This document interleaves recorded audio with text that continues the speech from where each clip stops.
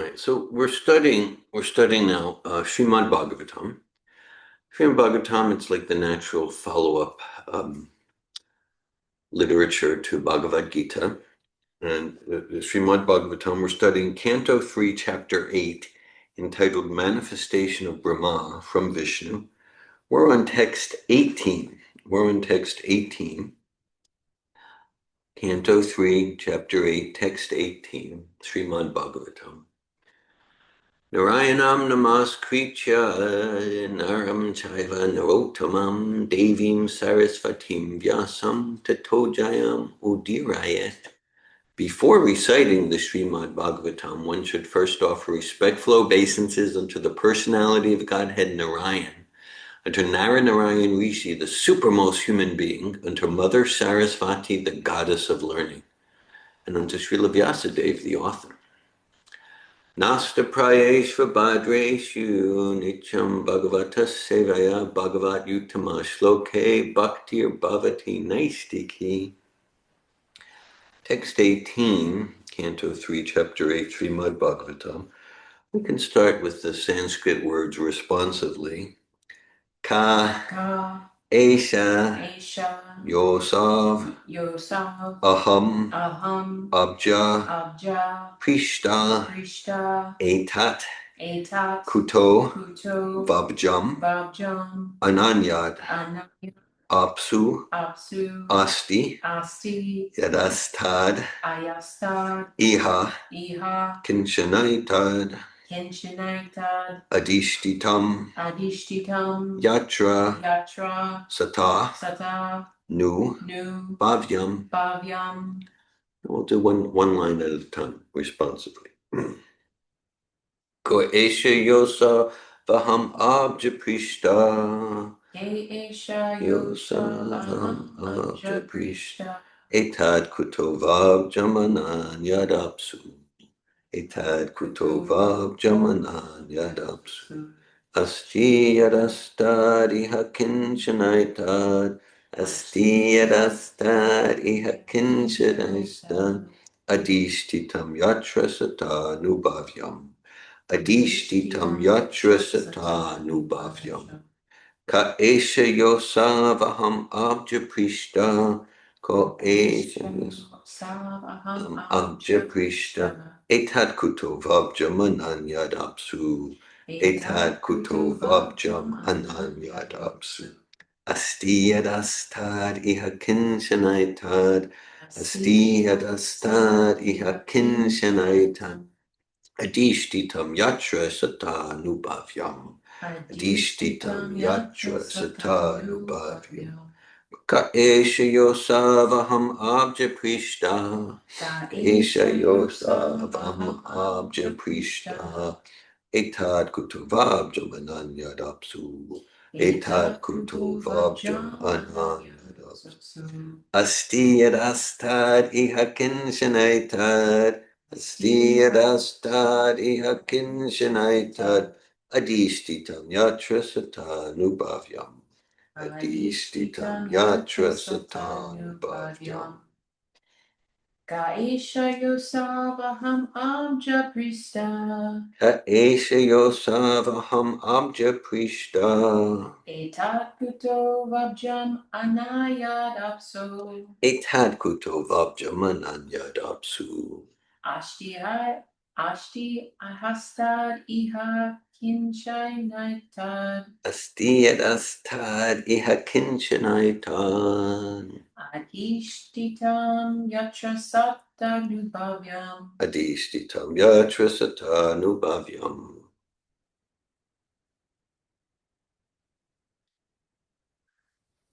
Ka Esha Yosavaham Abja Prishta Ka Esha Yosavaham Abja Prishta Etat Kutovabjam Ananyadapsu Etad Kutovabjam Ananyadapsu Asti Yadastadiha Kinchanaitad Asti Yadastad Ihakinchanaitad Adishtam Yatra Satanubhavyam Adishtitam Yatra Sata Nubhavyam.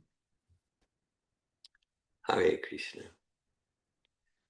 So now let's study the word meanings responsively. Ka, Ka, who, Esha, Aisha, this, this, Ya asau aham, Ya Asau Aham, that I am, that I am, Abjaprishte, Abjaprishte, on top of the lotus, on top of the lotus, Etat, Atat, this, this, Kuta, Kuta, where from, wherefrom, Va, Va, either, either, Abjam, Abjam, lotus flower, lotus flower, Ananyat, Ananya, otherwise, otherwise, Apsu, Apsu, in the water, in the water, Asti, Ashti, there is, there is, he, certainly, certainly, Adhastat, Adhashtat, from below, from below, Iha, Iha, in this, in this, Kinshana, Kinshana, anything, anything, Etat, Atat, this, this, Adishtitam, Ahishtitam,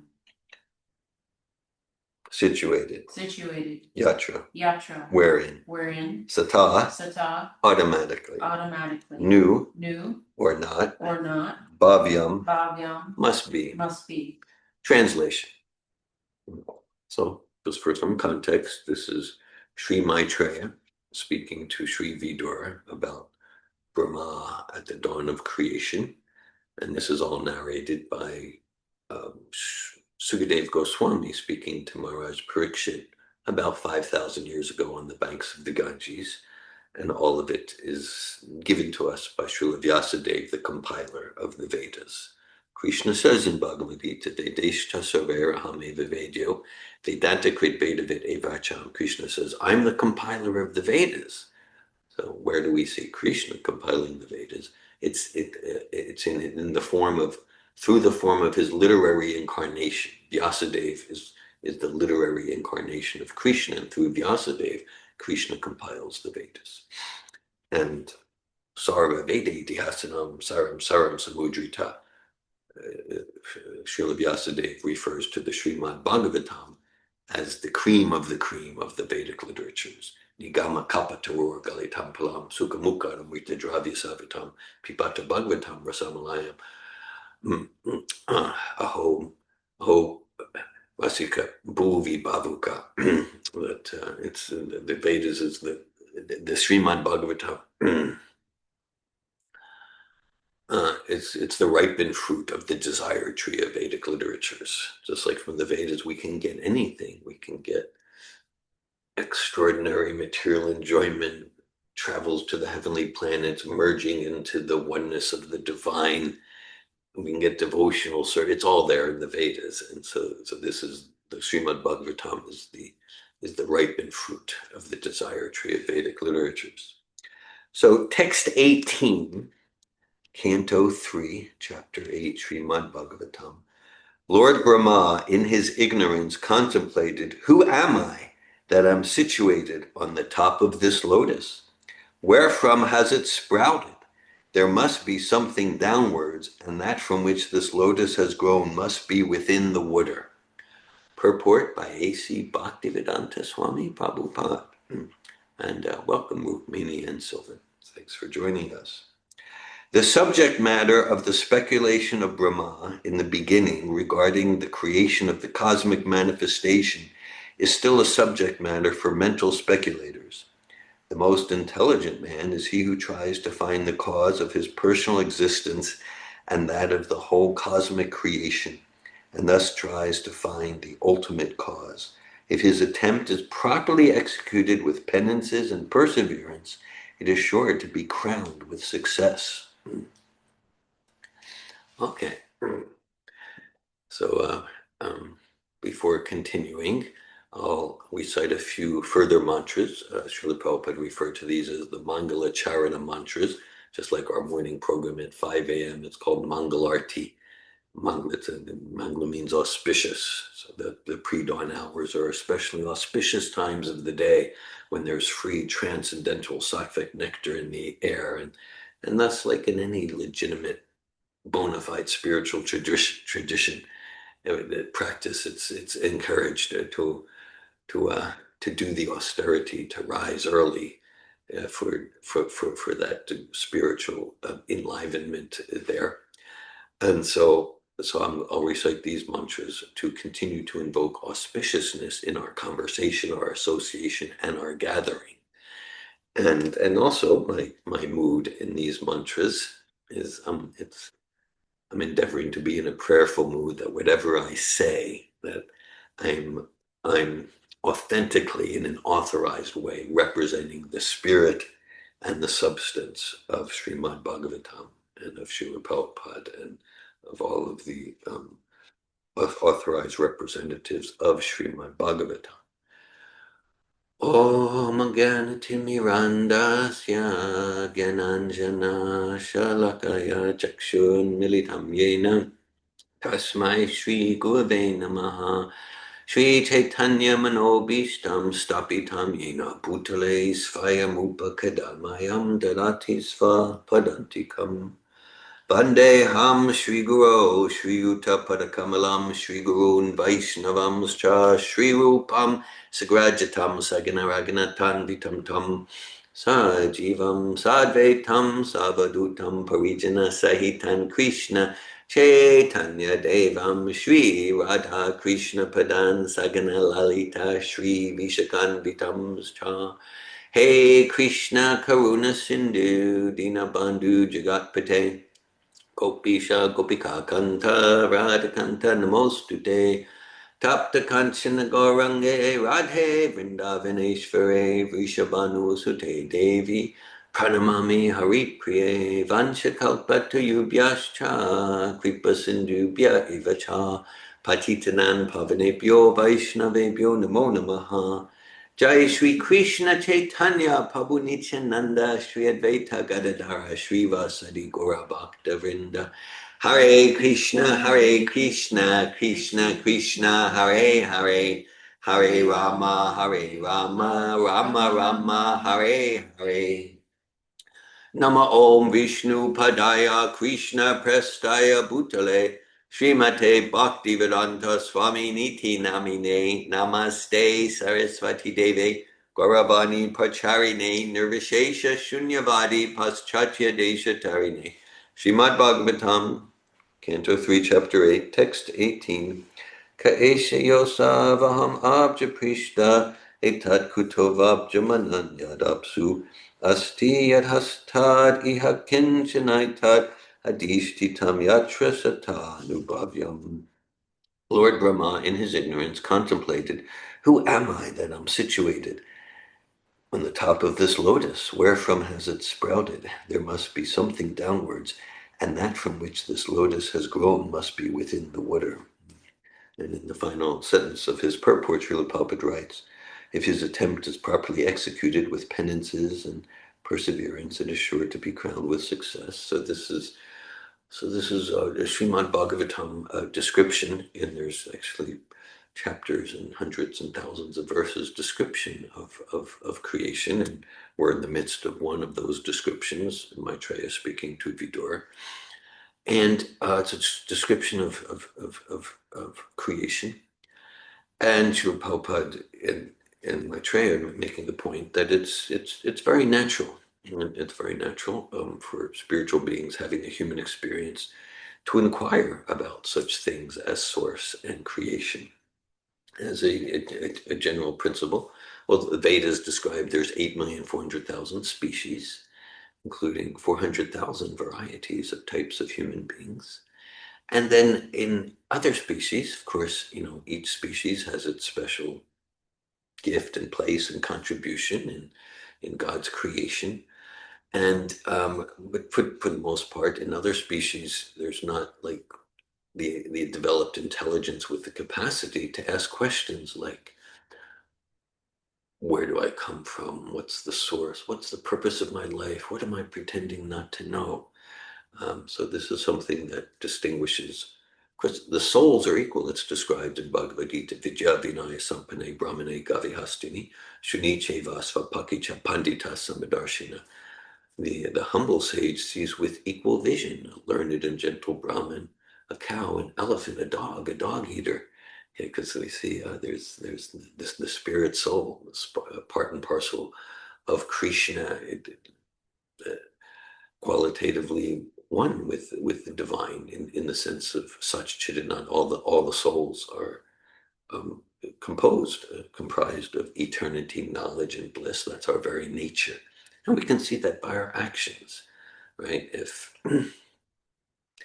someone attacks us, we're going to defend, we're going to fight or flight, and that's natural because our nature is to live, is to be eternal, and our nature is to be deathless unless we resist death. The body definitely will die. More precisely, more scientifically, the body is already dead. Actually, okay. Don't mean to be morbid here, but it's just like, as an analogy, okay, let's say if an alien from a different planet were to observe Earth, they might think there's all these living entities called Chevrolet and Ford and Renault and Mercedes-Benz. And then sometimes there's these other parasite living entities called humans that come in and try to suck their blood or not like that. But that's not actually the case.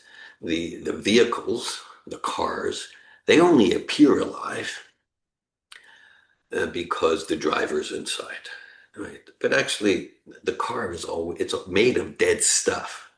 Plastic, metal, rubber, it's always dead, but it appears alive, animated when the driver's inside. So similarly, the body's made of dead stuff and blood and pus and bones and things like that. But it appears alive because we're inside, And it's very, just like if we extend that analogy. Dihinosmin tadehe komaram yovanam jara tatadehantara praptir tiras tachran namuyati. As the embodied soul continually passes in this body from childhood to youth to old age, the soul similarly passes into another body at the time of the change of body we commonly call death. A self-realized enlightened soul is not bewildered by such a change. So similarly, let's say if we spend all time taking care of the car, and it's filled with gas, and we get it detailed and washed, and all the liquids are topped off, and et cetera, but like we haven't eaten in a week, and we haven't taken a bath or shower in a month, and we say, no, I'm doing good, look, the roof is I just got a new paint job. It's like, well, okay, well, that's the car. And it's like, we don't want to neglect the car. But, what about you? Okay, so similarly, we get to look at how much energy we give to cultivate knowledge, to take care of the car, the David Wolf car, or like that. How much knowledge, how much energy we give, but what's it mean to nurture, nourish, and actually serve and care for the driver of the car? That we're not advocating neglecting the car. At the same time, the driver is much more important. An analogy we often use, same car analogy. If we hear that there's a car crash, do we immediately say, "Oh, could you get the insurance money, or was it in the junkyard? Could you get the engine repaired?" No, our first concern, was anyone injured? Was anyone killed? Because we know the driver of the car is much more important than the vehicle. After we hear there were no injuries or fatalities, we might ask whether you could get it repaired or this or that. Okay. So this whole Bhagavatam, this whole process of Bhakti Yoga, it's about nourishment for the driver of the car, for the soul, and it's the science of self-realization, the science of first distinguishing between spirit and matter, body and soul, and the science of what's it mean to care for the soul. And again, it's grounded in balance. Krishna says in Bhagavad Gita, "Yukta hara viharasya, yukta chestasya karmasu, yukta svapna vabodasya, yogo bhavati dukkha." Krishna says, in this process, in this path of consciousness of the divine, devotional service, self-realization, it's vital to be balanced in eating, sleeping, recreation, working. He mentions different areas, so it's not, yeah, it's not neglecting any area of life. So our nature is sat, our nature is chit, conscious. We can say we're always searching for knowledge. Our choice is we can search for knowledge in a way that's tamasic, rajasic, sattvic, transcendental. But like, even just like, it's like, oh, who, who won the, who won the Gators game yesterday? I don't know if anyone here is relating to that. Anyhow, okay. So who won the Gators game? What's the stock market doing? Went up 10 points. Okay, so that's the soul's natural inclination. It's the soul's chit potency for knowledge. Okay, now, most of what goes in the name of knowledge is not knowledge. It's maybe data or information. And so Brahma, he's looking for, so you might say the core of actual knowledge is that distinction, is not just intellectually, but realizing the distinction between spirit and matter, soul and body. Because without that, we'll just be taking care of the car and frustrated that I'm not satisfied because I'm not taking care of the driver of the car. So that's like the beginning of actual spiritual knowledge, liberating knowledge. And such should Ananda. We're made of bliss. We're made of bliss. That's exciting. Yeah. Our nature is eternity, full of bliss and knowledge. We're made of bliss. And then to different, we use that analogy, borrowed from Srila Prabhupada and borrowed from Saint Teresa of Avila, her book Interior Castle. It's an analogy of like, at the core we're a diamond, and there's like 7 facets or layers of the diamond, and in the innermost layer, it's the self alive in its bliss and devotional ecstasy and service to source, to the absolute, to the supreme person. So we've allowed our diamonds to get covered, and thus we're not experiencing the bliss. We might be experiencing the opposite to whatever extent we've allowed ourselves to be in ignorance and confusion for whatever payoffs and shadow reasons. So we can say whatever we're doing, it's like we're searching for eternity, life, knowledge, and happiness, bliss. Even like, oh, miserable, I hate this job. I do it 60 hours a week. But at some level, there's some trust, misplaced as it may be, that by doing this job 60 hours per week, I'll be secure and it'll bring me happiness. By going to the refrigerator, there must be bliss there, like that. Okay, and so this is our nature. This is our nature, and so so Brahma, this is at the dawn of creation, and he's in ignorance, as the text says, and he's looking for knowledge of who he is, and what's his, and how can he serve Krishna? How can he serve Source? And so the text here is making clear it's natural for spiritual beings having a human experience to inquire, like, right at the beginning of Bhagavatam, Prabhupada writes, it's natural for humans to look at the night sky. Where do the stars come from? What's my place in the universe? These are distinctively human questions that other species don't. That everyone's always asking questions all the time. It's not just me. Not just Bhakti and Rose. So you don't need to feel alone. The squirrel is asking questions. The cat, the dog, the blade of grass is asking questions. What sort of questions are they asking? They're constantly asking questions. Where's food? Where's a mate? Where's protection? Where's a place to sleep? So the questions are around the basic animal activities: eating, sleeping, mating, defending. We don't want to neglect those questions. At the same time, the special capacity of spiritual beings in the human form is to ask questions that transcend eating, sleeping, mating, depending. Like, who am I? What's the purpose of my life? What am I pretending not to know? What am I avoiding? What happens upon the death of the body? These qualities of questions, like this Bhagavatam is replete, full of such questions. So even, I mean, we discussed this last week a bit. Even if we see someone, and let's say we meet someone, oh, where are you from? Oh, I'm from Philadelphia. Oh, I'm from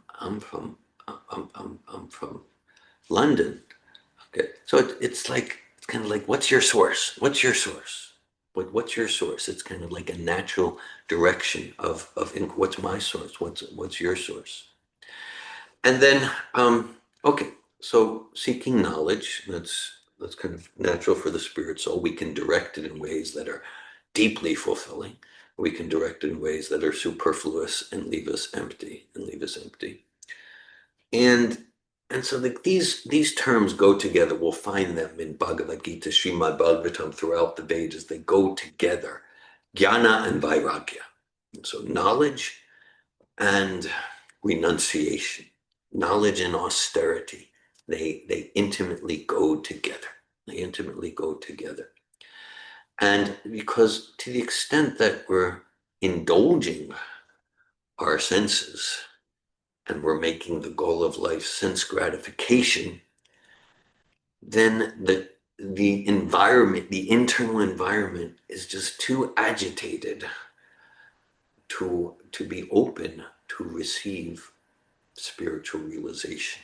So these terms go together. Jnana, knowledge, just like we can say, like the Greek gnosis, or the English words like know, come from the Sanskrit jnana, come from the Sanskrit jnana. And that, so to prepare our heart and consciousness to truly receive realized knowledge, it requires some renunciation. It's described, this is in the 5th canto of Bhagavatam. Rishabhadev speaking to his sons, headed by his son named Bharat. And and and Rishabhadev's like leaving legacy for his children there. And he says, Nayam deho dena, Nayam deho deham bhajam viloke kastan kamanarti vidbhujam ye. Tapo divyam puchaki nasatvam shuddhyadyasma brahma sokyam tvanantam. So if we unpack that a bit, he's saying to his sons, don't be satisfied with the quality of pleasure that's available. The word he uses is to the stool eaters. Bhagavatam gets graphic. He's referring to like pigs and dogs. If we look at a typical pig, they look pretty happy eating stool. They look pretty happy eating stool. Nothing against pigs. When a pig's doing that, it's like perfectly fulfilling its dharma. But if we're living for such goals of life, then Rishabhadev is saying, like, that's kind of a shame. That's kind of sad. That's a waste. He said, now human life, spiritual beings having a human experience, human life is especially meant for tapo divyam putrakena sattvam, to voluntarily do austerity. Austerity meaning to voluntarily give up some immediate gratification, titillation, pleasure for some enduring, or ideally everlasting, enduring bliss that will never be ravaged by the snake of time, that will never be crushed by time. Tapo divyam, that means, tapo means austerity. Tapo also means heat. So Brahma is doing an austerity here. It's going, like, okay, we'll hear more about that in the succeeding verses and succeeding days and weeks. So it means heat, just like with heat, then there's like fire and power to do things. So we do austerity, and we're not just like overindulging our senses, then we're potent. And in human life, so other species don't do voluntary austerity. Time to eat, eat. Time to have sex, okay, let's have sex. Time to sleep, let's sleep. In the human life, everyone's doing austerity. And so just like everyone's seeking happiness, everyone's serving in some way, because this is our nature. Everyone's relating.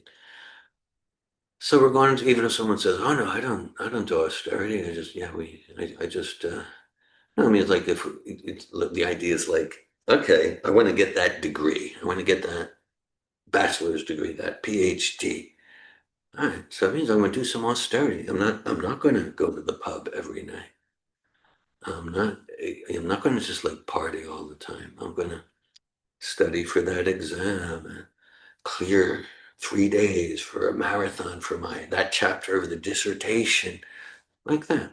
And then we trust that by giving up some immediate gratification now, I'm gonna have a higher level, deeper fulfillment 5 years from now. In any field, if we want to become expert in a craft or a sport or a musical instrument, yes, I'm going to do some austerity because I want to be a concert level piano player. So I'm going to practice those scales and like that. So in any field of endeavor. And again, just like anything, we can direct our unavoidable propensity for austerity in a tamasic way, in a rajasic way, in ways that entangle us further in illusion and misery. Or we can direct our austerity in sattvic or shuddha sattvic ways that are truly liberating us from the cycle of birth, death, old age, and disease. And so Rishabhadev is giving a process to voluntarily do austerity under the guidance of Srimad Bhagavatam, that takes us to Shuddhyad Brahma Sakyam Trinantam, means ever increasing, ever and deepening bliss, the natural bliss of the soul awakening. It's described in the Sri Chaitanya Charitamrita, Nityasiddha Krishna Prema Sajaka Bunoi, Shravanade Shuddhachite Karya Udai. That love, the bliss of love of Krishna is eternally situated. The blissful bhakti consciousness, pure devotional service is eternally situated in the hearts of all living entities, and it's awakened through especially through this process of chanting and hearing the names of the divine, particularly recommended in this age in the Upanishads. Iti shodha shakam nam nam kalikama sanashanam. Hare Krishna, Hare Krishna, Krishna Krishna, Hare Hare, Hare Rama, Hare Rama, Rama Rama, Hare Hare. And our natural bliss awakens and emerges as the diamond gets cleansed. And then, as Krishna says in Bhagavad Gita, Pratyakshavakam dharmyam shushukam kartum aviyam. This process is joyfully performed. Joyfully performed. Joyful. It's like it's a ground of joy, and within that container there's unlimited nuance and variety of spiritual emotion, including anger and sadness, all on the ground of spiritual joy, and like that. And to the extent that we're misidentifying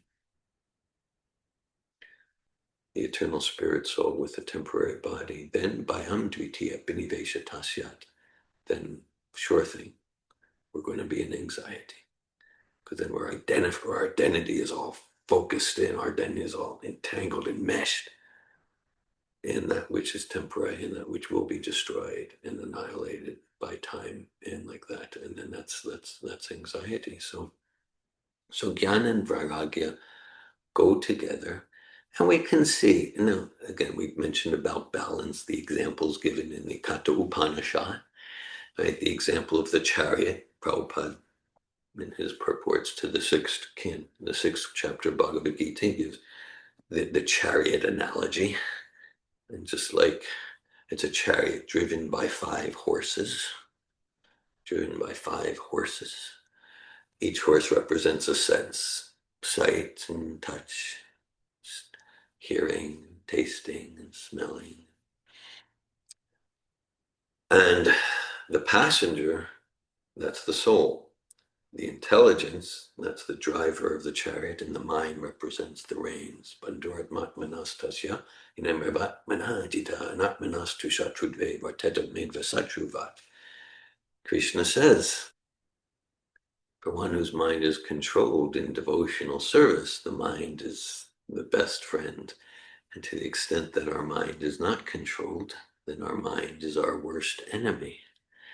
Okay, so yoga, genuine yoga, it's not intrinsically about physical fitness or like that. It's that can be a byproduct, but it's about controlling the mind, to focus the mind on Krishna. And so yeah, because just like let's say if we're living in close quarters under the same roof with our worst enemy. Oh, that's a scary thought. Well, that's what we're doing. I won't even ask for a raise of hands. Has anyone ever experienced torment from your own mind? If we had like all 8.2 billion people on Earth and they were honest, like, oh yeah, my mind, my worst enemy. So this is a transformational process to transform the mind who we're living closely with from worst enemy to best friend. And that's completely possible in this process.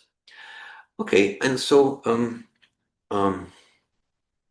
so there tends to be cycles in Sanskrit. Bhoga, tyaga. Bhoga means enjoy, and tyaga is renounce. Because I'm sick of all this so-called enjoyment. It's like blah. It's like blah. Okay. I mean, maybe it's like, okay, I'm just going to enjoy, and then I'll eat and overeat, and then I need to fast for 3 days. I need to renounce. Or it can take different. I'm going to really enjoy by developing this business or in this relationship, and then it didn't turn out exactly the way I wanted. And then frustration and irritation and maybe more severe things than maybe depression. And okay, I'm just gonna renounce. I'm just gonna lock myself in my room. Okay. I'm just gonna lock myself in my room for a day or a decade or something. Yeah, okay, so enjoy and renounce, because the enjoyment is not fulfilling for the soul. It's not fulfilling for the soul. It's just like, taking care of the car, the material enjoyment. And yeah, so in bhakti, it's not about refusing material enjoyment. It is about consciously doing austerity. Yami navyatente te pusham pusharshaba samaduka sukham dhira somitatvaya kalpate. Krishna says, he encourages one who's steady in their devotion in the midst of the happiness and distress of material life. That's the platform of liberation, meaning sometimes I'm praised. That's happiness. Sometimes I'm insulted. Sometimes the weather is just right. It's too cold. Or sometimes when in regards to every sense, subtle and gross material senses, sometimes there's happiness, sometimes distress. And the idea is like not to make the goal to minimize the distress, increase the happiness. Vachas varshas tu konteya shitoshna sukadukata agama painonijas tam stitikshasvabharata. Krishna says, the non-permanent appearance of happiness and distress and their disappearance in due course are like the appearance and disappearance of the winter and summer seasons. One should tolerate them without being disturbed. Tolerate means experience, not to beach ball, not to numb it, but to experience the happiness, the distress, the affection, the hatred, the anger, the confidence. When experience our experience, and not let it disturb us from the actual goal of life, enthusiasm for self-realization and an inspiration to serve Krishna with love and devotion. Okay, and so and we talked about individually Bogota again. We can see that in, let's call it, in the sweep of history, right? We can look at movements in literature, movements in music, movements in philosophy over the centuries and millennia, and some are about enjoy the material world. That's like the modernist project, and then some are about renounce, renounce, like that. We can see like a modernist project prevalent, let's say, into the 1950s, and then but then it becomes like this is very dissatisfying. So then you have the children become hippies and hippie new age type movement. It's like a tyaga. It's like a tyaga. There was once in Boston, early days of the movement, maybe late 60s, the movement in the West. And Srila Prabhupada, he was, because there was a lot of like riots and protests.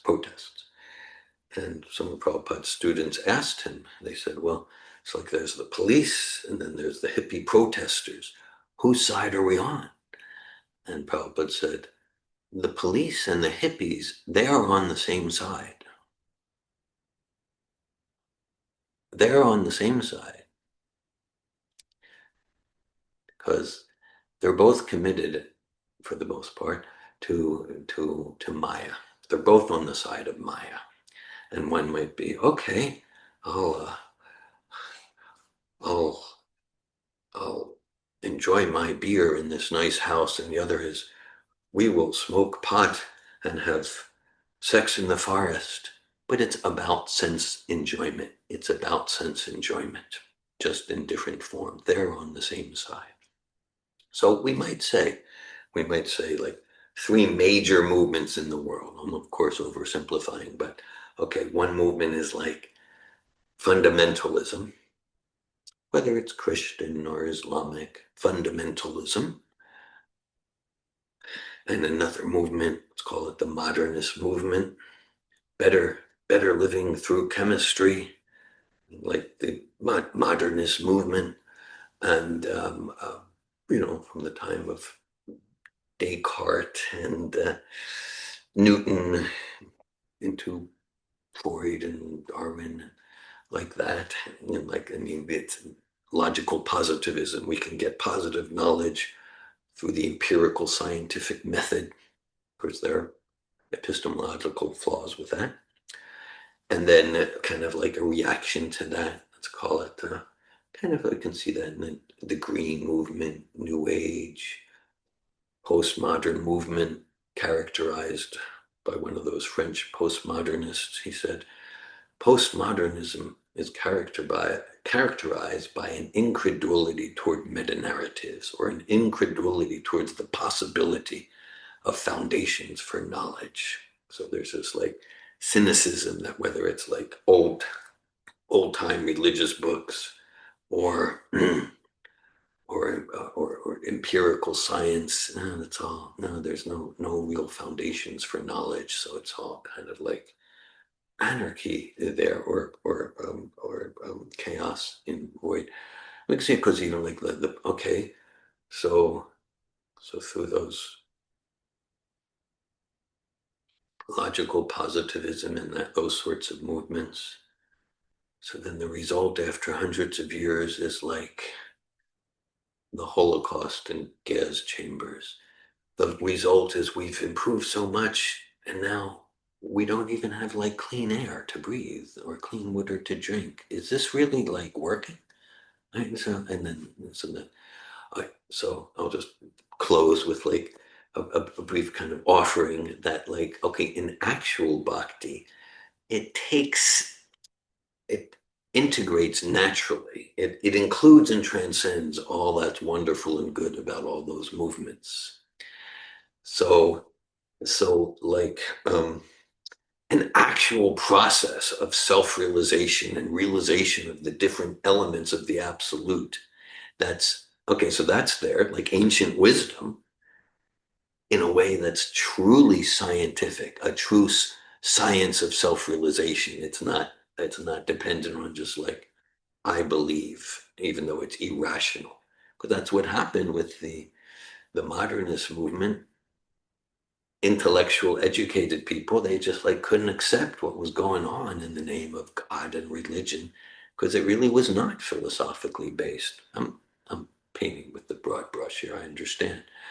And so about the scientific, fully appealing to the intellect and fully honoring subjective experience, each of us as a spirit soul, each of us with a distinctive rasa, a distinctive relationship with Krishna, and all based. It's a science of self-realization, and we get to participate in this scientific process, where we might say the laboratory is our consciousness, the laboratory is our heart, and we get to experience the results of the awakening of the natural Satchidananda, bliss, eternity, cognizance, like here. So I'm going to read this text again. Text 18, Canto 3, Chapter 8, Srimad Bhagavatam. Kahesayosavahamabja Prishna Etat Kuto Vabja Mananyadapsu Asti Yadastadi Hakinshanaitat Adistitam Yatrasata Nubhavyam. Lord Brahma, in his ignorance, contemplated, who am I that I'm situated on the top of this lotus? Wherefrom has it sprouted? There must be something downwards, and that from which this lotus has grown must be within the water. So I'll just close again. There's the chariot analogy. It's not an analogy about control. It's about an analogy of being sincere and intelligent at each stage of life. At each stage of life, how tight to pull the reins. Because if we're pulling the reins too tight in the name of renunciation or austerity, we become hard-hearted. And bhakti is all about tenderheartedness. At the same time, if we're letting the reins too loose in the name of, at least I'm humble and honest and I'm not doing a spiritual bypass, then we're indulging the senses so much that we're dull. And then we're dull, and we don't have that sharp growth edge of joyful spiritual expansion and growth. So thanks for your presence here, and I welcome at this time if anyone would like to ask any questions or share any comments or realizations or inspirations.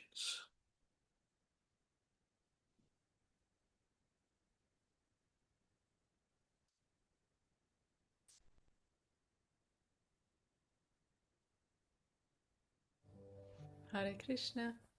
Hare Krishna, Nandini. Thank you. I have a lot of inspirations from what you shared. I'm glad to hear that.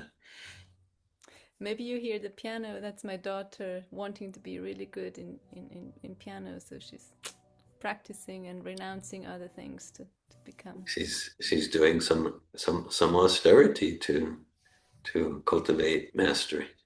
Yeah. Well, so I really liked this. It just clicked for me more. This, we're made of knowledge, that's why we're seeking knowledge, and we're made of bliss, that's why we're seeking bliss, and we're made of eternity, that's why we're seeking eternity. And I was reminded of school kids, like I would see that a lot, and I think I can also relate to it from my experience, being really like curious to go to school. Like I get to learn, and they're excited, and then it takes like a year, sometimes less, and they start to feel disappointed. And then it all becomes about getting really good grades, and then that's the only satisfaction, to get a good grade. And it's it's not really speaking to that joyful, playful thirst for learning and knowledge. It becomes about something external. And recently I had a conversation with one of my daughters who struggles with learning, studying, and she has a sentence above her desk which says, I study to develop myself so that I can contribute to the world. That's her. But she got really stuck, and so we looked at this sentence and she realized, well, actually she studies to educate herself and not to develop herself. And that distinction I found really important. Like, to study at school is to educate, and then that can support our service to the world. But that knowledge at school is usually not going to help me develop my personality and come to self-realization, and so it's not satisfying. It's just frustration after frustration. Yeah. I'll just, yeah, thanks for that. I'm reminded of a quote I heard attributed to Albert Einstein. He said, it's a miracle that curiosity survives education. Yeah. Yes. And then, well, I'm thinking, I know and I know that completely includes you, we're dedicated, all of the Safetov programs, it's education, and our intention is that it's truly transformation. It gives an experience of the self. Krishna, and he says, Raja Vidya Rajaguyam Pavitram Idam Uttamam. He says, this process, which, as I said, this Krishna consciousness, chanting Hare Krishna, studying Srimad Bhagavatam, it's the most powerful transformational process I know. And Krishna says, this is the king of education because it gives a direct experience. It's not just abstract, theoretical. Sure, we can engage our intellect to understand it for thousands of years, and it provides a direct experience of the self. It's truly transformational. Yeah. Yeah, I had I'm in the middle of a conversation with a client who does transformational work with mothers. And recently she expressed that she has doubts whether her work is really all that transformational. And I shared the analogy with her about the Titanic who's sinking, and we want to rearrange the chairs. And perhaps she is just helping her clients rearrange the chairs instead of giving them information or knowledge how to actually leave the Titanic and be safe. So giving them. Thanks for that. Yeah. And I had a realization about the mind, while making the mind our best friend. How my mind would go to really crazy places, and then I think over the years it goes there less and less, and still there's a fear in me. I have to control the mind. I have to control the mind. I have to be really aware of where it goes, and so I think there comes a time when I can trust the mind more, and I don't need to be overly concerned about controlling it. And wanting to control it can become a hindrance. Does it make sense what I'm saying? Well, for me, it's making sense. Yeah. And would you say a little more about it, like making the mind the best friend, and like, when can we trust that the mind is our best friend? Well, thanks for sharing. I mean, a few things come to me because of like, I have to control my, I have to control the mind. I have to make sure that my mind will not think about a pink elephant flying to the moon. No, no, no, don't think about that. Okay, so just, yeah, don't think about food, don't think about sex, don't think about that. Like, then and it just like and that's where we're putting the mind. And so, I mentioned how like this process of bhakti, we're reading this morning before japa period where Srila Prabhupada said, it's not an artificial imposition on the mind. It's the original energy of the soul. Vishaya vinivartante niraharasya dehinam raso varja masopyasya param drishta nivartate.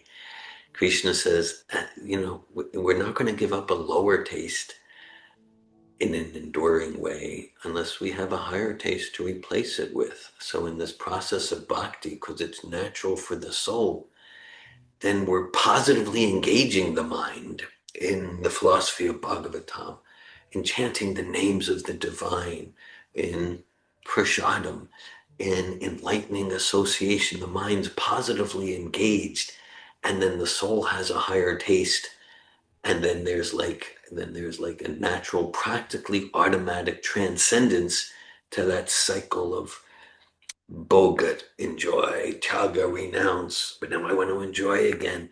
So the soul's getting a higher taste, and the mind, and then the mind becomes the best friend. Like, okay, how can I arrange my evening so that I'm getting up enthusiastically in the morning? And then the mind's helping us as we, so it's like it's a positive focus. And I'm reminded, okay, the mind and the senses, the mind's the center of the senses. Sometimes the mind, see, Bhagavad Gita describes the mind as the sixth sense. It's the center of the senses.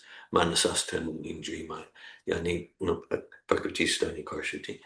So the mind is represented by the naughty child, the destructive, mischievous child. And so low-level parenting is like, just sit in the corner and do nothing. Okay. Because you're just making things worse and you're destroying things. Intelligent, higher level, higher consciousness parenting is like, rather than sit in the corner and do nothing, oh, here's something constructive that's more fun than the destructive thing. And so give the child that. And then within a few minutes, the child's not even thinking like, oh, I'm not allowed to hit my brother. I'm not allowed to do the destructive thing. I'm having so much fun, so much bliss, so much enjoyment.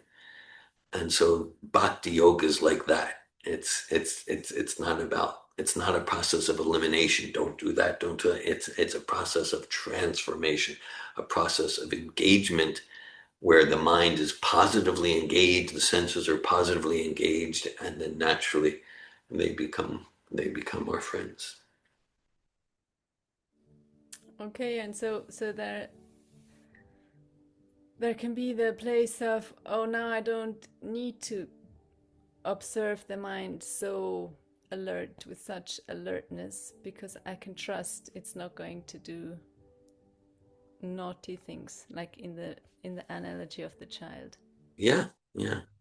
I can trust the mind is positively engaged in such a happy way that it's not going to go to those things that it used to do to do that are self-harm. That's the process. Thank you. Thank you, Anandini. Thanks for sharing and your questions. I'd like to add something to the mind conversation. Yes, Sylvan. And then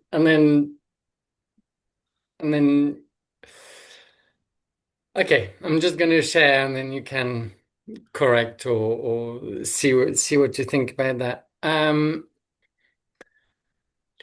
In response to what you're sharing, Anandini, and this what I'm sensing is that there is a fear that if the mind is not controlled, then it's going to take you to be doing things that you don't want to be doing. And so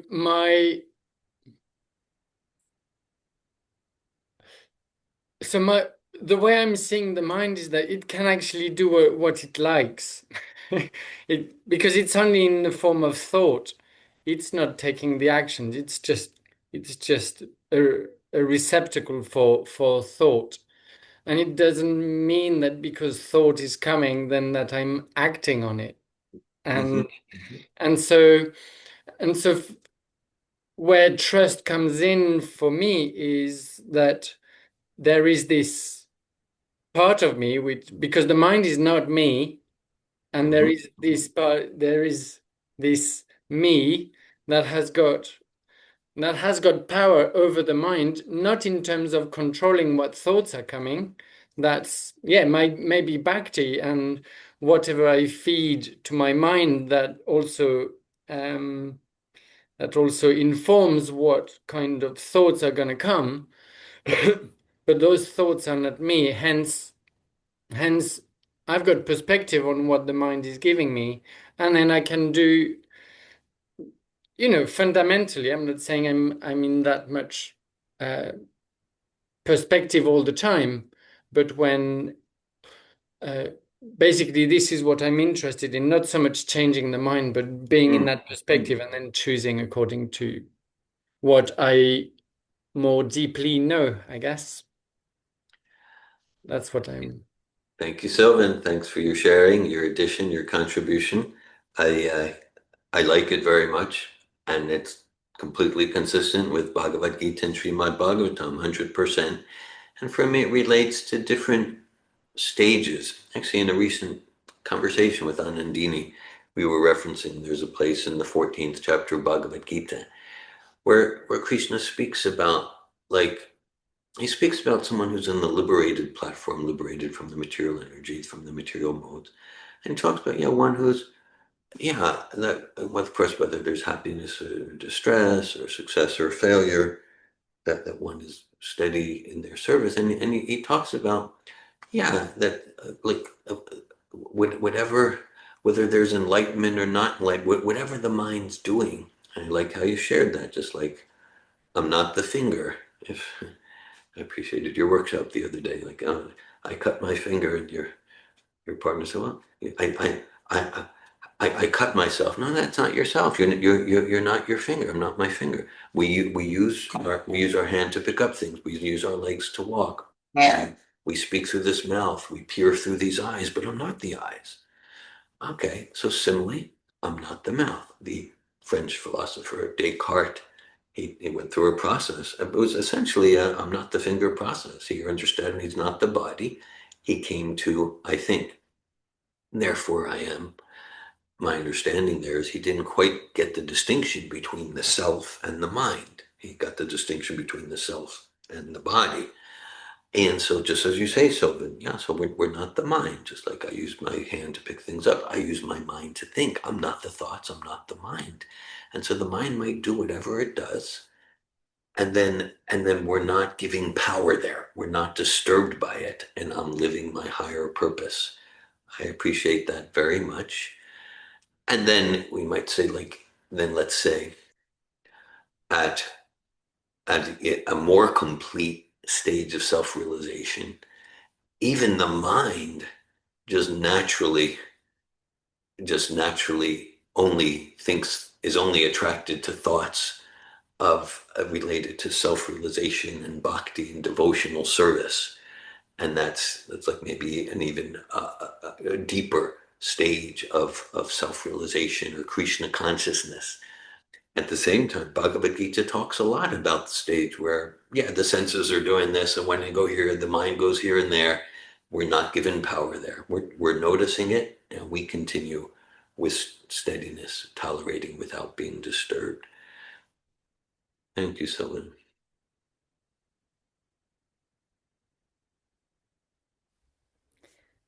I appreciate this conversation a lot. And well, for me, it's not so much the fear that I will do what my mind does. It's the frustration that the mind goes to these places which are there's no use to going to these places. It's just a waste of thinking power. And that could be like, well, maybe, well, my understanding is that also memories are imprinted in the mind. Like memories are like past experiences, maybe past experiences of terror, and that's also there in the mind. And for me, it's more a frustration that my mind feels attracted to this useless stuff. I hear your fear isn't so much that you'll act on the mind going here and there, but your frustration that your mind continues to haunt you with all this nonsense, garbage stuff. Yeah. Thanks for that. Hearing that, I'm just moved to hopefully today compared to yesterday, the next year compared to the past year, to be more attentive in regards to what I expose my mind to, so that I'm not creating more of the material samskars that are just a disturbance. So that, okay, whatever the samskars from earlier this life, the mental previous lives, Prabhupada sometimes gives the analogy, just like Sometimes in a pond, we'll just see some bubbles come up. We don't even know the source, but just some bubbles from deep within the pond. He compares that to the mind. Sometimes thoughts will come up, whether in dreams or waking life, and just kind of like, where did that come from?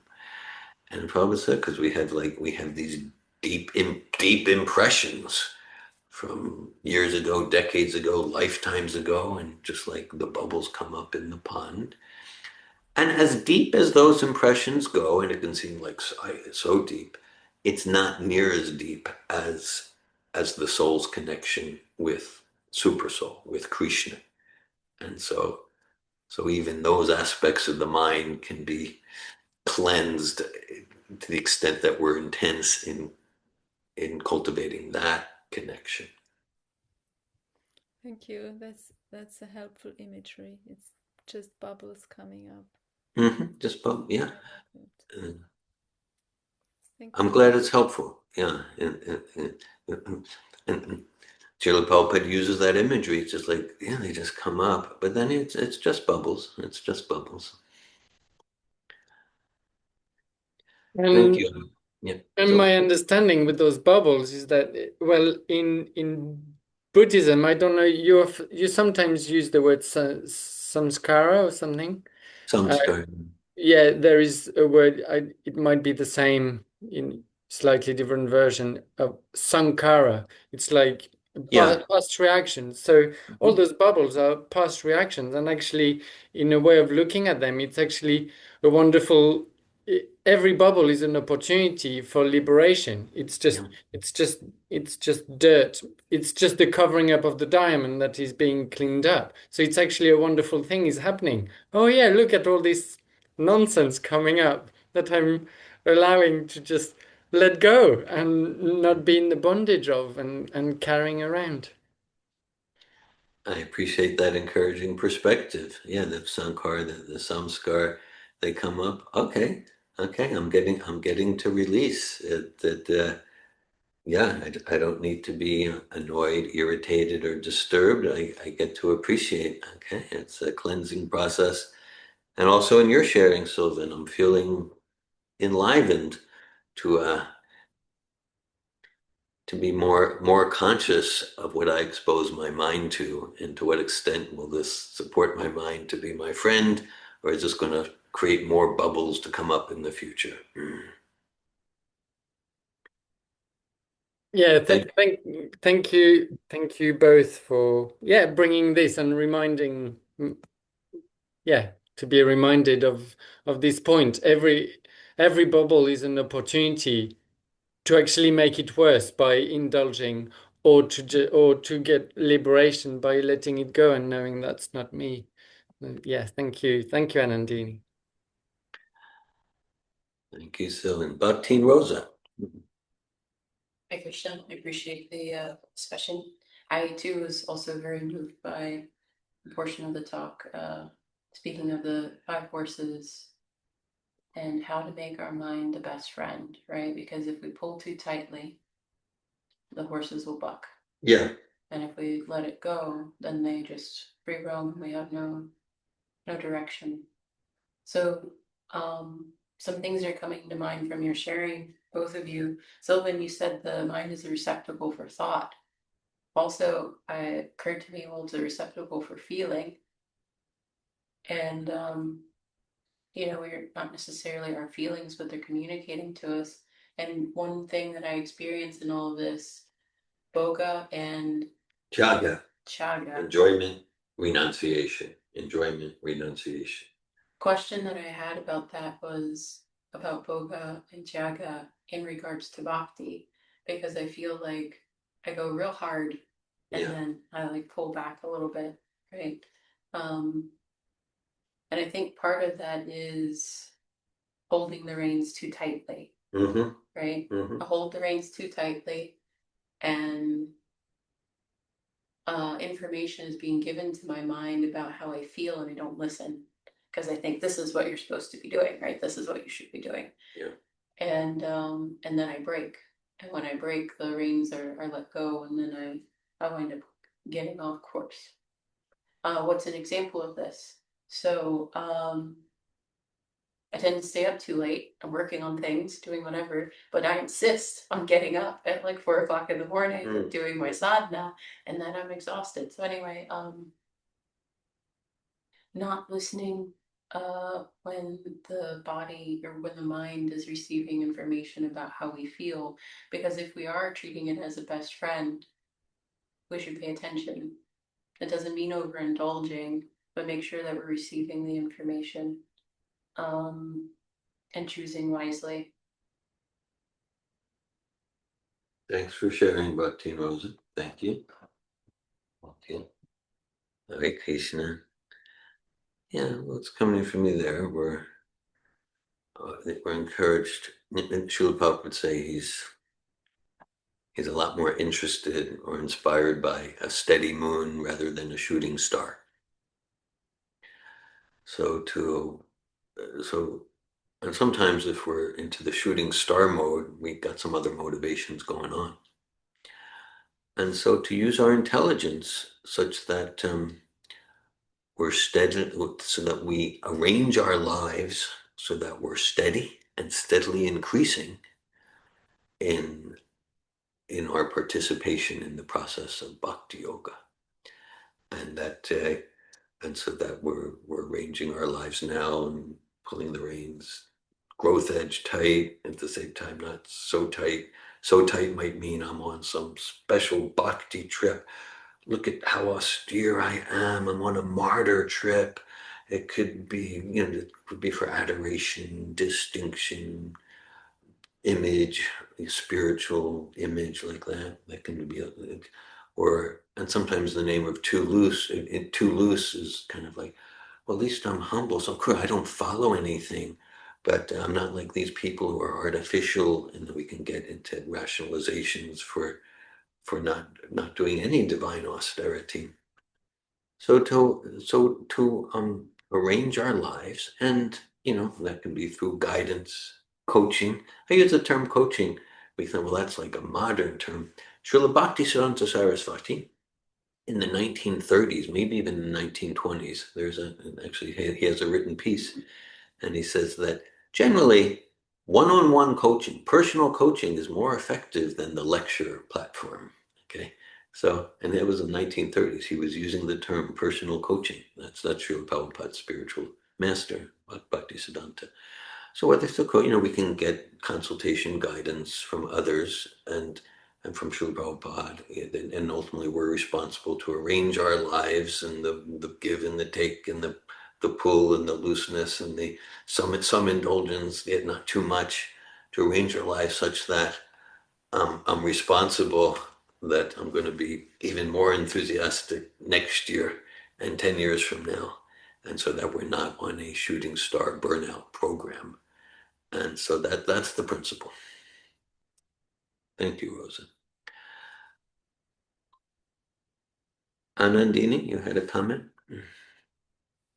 Well, what comes to my mind in this conversation is something I learned in Ayurveda, which is also based on the Vedic knowledge. Yeah. Where the term for health is svasta, and svasta means situated in the self. Yeah. And the root cause of disease is when we don't do what we know is best for us. And when we do things that we know are not good for us. And I can see this is very alive in me, like, and it helps me to remind this, like, every day, to remember this, to choose, okay, what am I going to do and what am I going to renounce? Like, yeah, and when I renounce what is actually healthy and important for me, for where I'm at, I'm going to fall out of balance. I'm going to be diseased. I appreciate that reference from the Ayurveda, the Vedic medical science, ancient Vedic medical science. Yeah, if in the name of renunciation, because I'll be more spiritual or disciplined, but we're renouncing something that's healthy, moving us towards balance, then we're setting ourselves up for dis-ease, for disease on all levels, including mental and physical. Yeah, like I I renounced things in the past weeks that are really healthy for me, and now I have an inflammation in my shoulder. Mm. And it's painful, and I can see now, oh yeah, I wasn't listening to this inner voice which was, you know, asking or telling me what will be the healthy thing to do. And then at the same time I see, yeah, now I get to do these things. The pain is actually helping me to do the things that I know are good for me. So yeah, that comes to my mind with knowledge and renouncement. Yeah. Related to, yeah, health, well-being, and being situated in the self. Thanks for that. Thanks for bringing that to the discussion from the Ayurveda. I'll read the verse one more time. Lord Brahma, in his ignorance, contemplated, who am I that I'm situated on the top of this lotus? Wherefrom has it sprouted? There must be something downwards, and that from which this lotus has grown must be within the water. Hare Krishna, Srimad Bhagavatam ki. Jai. Srila Prabhupada ki. Jai. Thanks for your attention to Srimad Bhagavatam. Wishing you well.